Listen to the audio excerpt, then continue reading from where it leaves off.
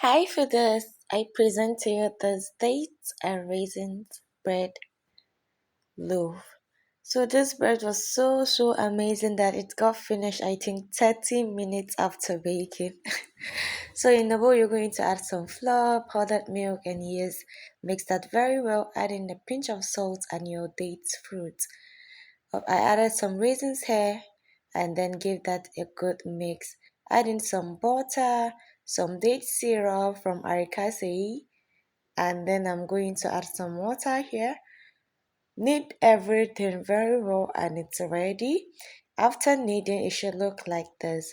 Mold this into a ball and then add in some more raisins and dates and cover and allow it to rise until it's double in size. Then you bake it in a preheated oven till it's done.